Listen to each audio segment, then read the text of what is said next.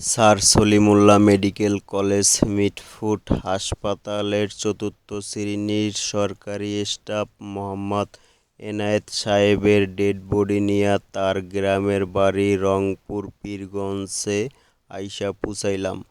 দিনের 2টা বাজে মিটফোর্ড হাসপাতাল থেকে গাড়ি টান দিয়া মিরপুর কালশীতে ওনার বাসায় যাইয়া পৌঁছাইলাম। পৌঁছানোর পর ওখান থেকে ওনার ফ্যামিলির সদস্যদেরকে নিয়ে বিকাল 4টা বাজে গাড়ি টান দিলাম ওনার গ্রামের বাড়ির উদ্দেশ্যে। রাত 12টা বাজে ওনার বাড়িতে আইসা পৌঁছাইয়া ওনার ডেড বডি গাড়ির থেকে নামাইয়া দিলাম।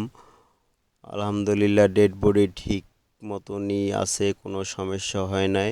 যাই হোক, সবাই ওনার জন্য দোয়া করবেন, আল্লাহ জানি ওনাকে জান্নাতুল ফেরদাউস দান করে।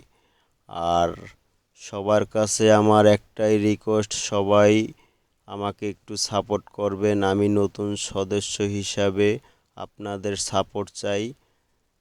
সবাই আমার জন্য একটু দোয়া করবেন, আমি জানি এই রকমের ভিডিও আপনাদেরকে দিতে পারি। সবাই ভালো থাকবেন।